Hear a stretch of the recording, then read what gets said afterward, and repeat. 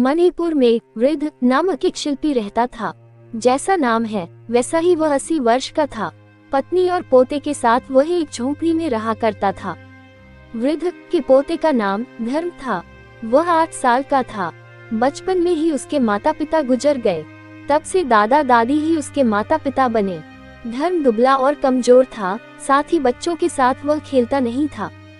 हमेशा दादा के साथ ही रहता था। दादा के साथ पहाड़ों पर घूमता था।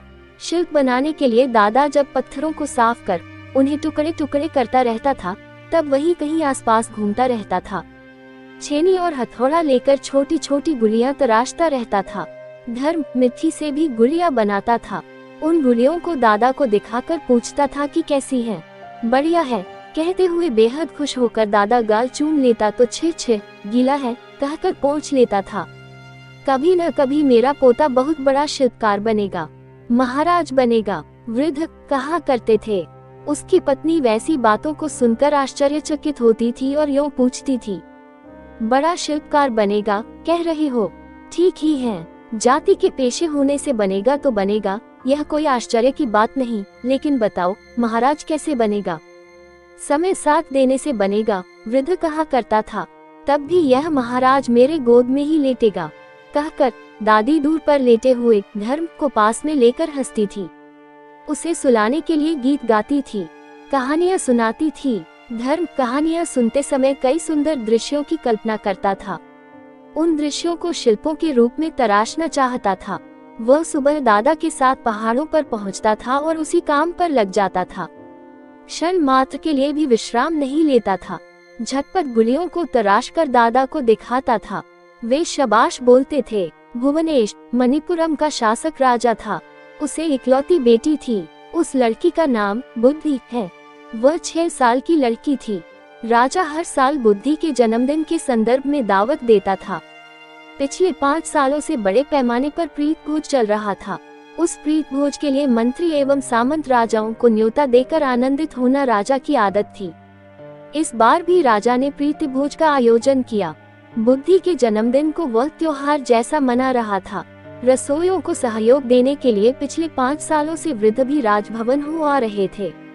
वृद्ध ने मात्र शिल्पी के रूप में ही नहीं, रसोइया के रूप में भी नाम कमाया था। थोड़ा बहुत कमाने के लिए रसोई का काम भी अपना रहा था। शरीर सहयोग न देने पर भी पत्नी और पोते के पोषण के लिए प्रयास कर रहा था। पोते के साथ वृद्ध राजभवन में पहुंचा था। छोकरा धर्म रसोई में सहयोग तो नहीं दे सकता, लेकिन थाली साफ करना, बर्तन मांजना, काटे गई सब्जियों को रसोइया को देना, पकाए गए पकवानों को ध्यान से मेज पर रखना आदि छोटे मोटे काम करेगा। थोड़ी सी सहायता मिलेगी, इसी उद्देश्य से वृद्ध भी उसे साथ में ले आते थे। धर्म ध्यान से काम करता था। खाना पकाया गया। चौपाल की मेज पर धर्म थालियां ध्यान से रख रहा था। मेज इस छोर से उस छोर तक थी। इस ओर सो उस ओर सो बैठकर खाना खाने की सुविधा है। एक एक थाली को ध्यान से मेज पर रखते समय धर्म ने एक गुड़ियों को देखा। बाग की गुड़िया, पुरानी गुड़िया, संगमरमर की गुड़िया, अच्छी तो है लेकिन दार टूट गई। उसे अच्छा नहीं लगा। दार टूटा हुआ बाग बिल्ली के बराबर है, यो सोचकर धर्म हंस पड़ा। राजकुमारी बुद्धि ने हंस रहे धर्म को देखा। क्यों हंस रहे हो? बुद्धि ने पूछा। उत्तर देने के पहले धर्म ने बुद्धि को आंखें फाड़ फाड़ कर देखा। मन ही मन सोचा था कि राजकुमारी गुड़िया की जैसी सुंदर है, आपके बाग की गुड़िया बिल्कुल ठीक नहीं है। धर्म ने कहा, अच्छी नहीं है तो यहाँ क्यों? निकाल कर फेंक देंगे। बुद्धि ने कहा। मेज पर की गुड़िया को खींचने का प्रयास किया। वृद्ध ने उसे देखा। उसे मना करते हुए वृद्ध ने दौड़ते हुए वहां पहुंच गया। सबके मनाने पर भी बुद्धि नहीं मानी। एक ओर बुद्धि उस गुड़िया को नीचे खींचने का प्रयास कर रही है तो दूसरी ओर उस गुड़िया को मजबूत रूप से पकड़ने का प्रयास कर रहा था ताकि वह गुड़िया नीचे न गिरे। उसकी पकड़ ढीली हो गई। बुद्धि का बल अधिक था। गुड़िया नीचे गिर गई, टुकड़े टुकड़े हो गई। टूटी हुई गुड़िया को देखकर वृद्ध परेशान हुआ। गुड़िया टूटने का कारण राजकुमारी है, यूं कहने से राजा नहीं मानेगा, अपनी बेटी को दंड नहीं देगा। वृद्धा ने सोचा कि सामने दिखाई देने वाला पोता और मुझे ही दंडित करेगा। धर्म रोते हुए दादा को देखकर दुखित हुआ। क्यों रो रहे हो दादा? बाग से बढ़िया गुड़िया को तराश कर यहाँ रखेंगे। वृद्ध ने कहा, तत्काल कौन तराशेगा? बुद्धि ने पूछा, मैं तराशूंगा। धर्म ने कहा, तब मेरे चित्र को तराशना। राजकुमारी ने अनुरोध किया, चलो। धर्म ने कहा। राजकुमारी का हाथ पकड़ा। दादा ने मना किया, नहीं बेटा, नहीं, राजा के देखने पर गड़बड़ हो जाएगी। यो दादा के कितना मनाने पर भी माना नहीं। वह रसोई घर के पीछे बुद्धि को ले गया। रसोई घर से राजकुमारी को धर्म का ले जाना रसोइयों ने देखा। वे, क्या हुआ, क्या हुआ, यो पूछते हुए वृद्ध को घेर लिया। जो हुआ था उसे वृद्ध ने स्पष्ट किया। राजकुमारी की प्रतिमा तत्काल धर्म तराश सकता है क्या? असंभव। सभी ने कहा, तुम तराशोगे तो अच्छा रहेगा। सोचो, उधर सभी प्रीतिभोज के लिए सन्नद्ध हो रहे हैं। राजा आने के समय में वहाँ कोई गुड़िया नहीं होने से प्राण संकट की स्थिति होगी। वृद्ध को सभी ने चेताया। धर्म तराशेगा या नहीं तराश सकेगा मैं नहीं कह सकता, लेकिन मैं तत्काल किसी भी प्रकार की गुड़िया को तराश नहीं सकता हूँ। मेरे हाथ पैर नहीं चल रहे हैं, कांपते हुए वृद्ध ने कहा। उसने दीवार से सककर आंखें मूंद ली।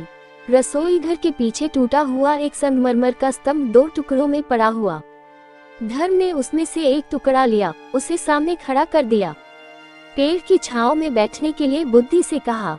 वह बैठी थी। बुद्धि को देखते हुए तेजी से शिल्प तराशने लगा। विशाल ललाट, बड़ी बड़ी आंखें, कली जैसी नाक, लाल रंग के छोटे होंठ, जैसे गोल चंद्रबिंब सा बुद्धि का मुख है। ठीक वैसे ही मुख को धर्म तराशते समय वृद्ध सहित सभी रसोई एकटक देखने लगे। बुद्धि का सुंदर शिल्प आधे घंटे में तैयार हो गया। सभी ने कहा कि बिल्कुल बुद्धि जैसा ही है। उस लड़की की दुपट्टे की सिलवटें भी धर्म ने बखूबी तराशी थी। काफी बढ़िया है। वह अपनी प्रतिमा को स्वयं देखकर फूली न समाये, उसे चूम लिया। इतने में सखियों उसे ढूंढते हुए वहां पहुंचने पर उनके साथ अपने को अलंकृत करने के लिए ले गईं। चौखटे की मेज पर पहले जो प्रतिमा थी वहीं पर सावधानी से बुद्धि की प्रतिमा रखी गई। दावत का इंतजाम पूरा हुआ। मंत्री एवं सामंतों के साथ भुवनेश भी वहां पहुंच गया। मेज पर की प्रतिमा को उसके साथ सभी ने देखा। खूब अच्छा है, खूब अच्छा है, यूं कहकर सभी सराहने लगे। सचमुच राजकुमारी के बैठने के जैसा है। दुपट्टे की सिलवटें भी तराशना अद्भुत है। सभी ने कहा, इस प्रतिमा को किसने तराशा, कब तराशा? पूछ लिया। जान लिया कि वृद्ध के पोते ने तराशा था। उन दोनों को प्रवेश कराओ, भुवनेश ने आज्ञा जारी की। धर्म कांप रहे दादा के साथ राजा के पास पहुंच गया। तुम्हारा नाम? राजा ने पूछा। धर्म, तुम ही हो जिसने इस प्रतिमा को तराशा? जी महाराज। इतने छुटपन में ही तुम इतनी महान विद्या को सीख गए। आपके गुरु कौन हैं? भुवनेश ने पूछा। यही हैं मेरे दादा। अपने दादा के पास ही प्रतिमाओं को कैसे तराशना है सीख लिया। मुझसे भी बढ़कर मेरे दादा और अच्छी तरह प्रतिमाओं को तराशते हैं महाराज। धर्म ने कहा। नहीं, धर्म ही अच्छी तरह तराशता है। पिता के पास आकर हाथ पकड़कर खड़ी हुई बुद्धि ने कहा और धर्म को देखकर हंसी। जन्मदिन के संदर्भ में राजकुमारी को अद्भुत उपहार दिया। क्या तुम जानते हो इसके प्रतिफल में मैं तुम्हें क्या उपहार देने जा रहा हूँ? भुवनेश ने पूछा। सभी उत्कंठा से देख रहे थे कि महाराज क्या देने जा रहा है। मैं तो महाराज हूँ, मेरे साथ मेरे बगल में बैठकर प्रीतिभोज करो। यही है आज तुझे जो उपहार देना चाहता हूँ। बढ़िया उपहार है, भूल न सकने वाला उपहार। यूं कहते हुए मंत्री एवं सामंत लोग तालियां बजाने लगे। प्रीतिभोज करने के लिए सभी मेज के चारों ओर बैठे थे। इस तरफ धर्म, उस तरफ बुद्धि, बीच में महाराज। तीनों सुंदर दिखे थे। सुंदर दृश्य था। वृद्ध ने ही पूछ पूछ कर उन्हें परोसा। खुशी के मारे आंसू उमड़ आए। सोचा था कि मेरा पोता राजा के बराबर।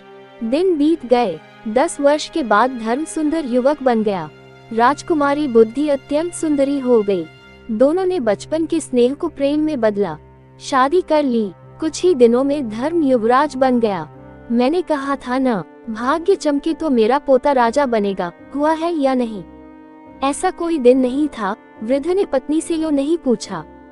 हाँ, बन तो गया। लग रहा था कि तुम्हारी ही नजर लगेगी। यूं कहकर ऐसा कोई दिन नहीं बचा। धर्म की दादी ने नजर नहीं उतारी। दिन फूल जैसे विकसित होकर पूर्णिमा जैसे गुजर रहे हैं। उनका जीवन दिन दुगुना रात चौगुन के जैसा है।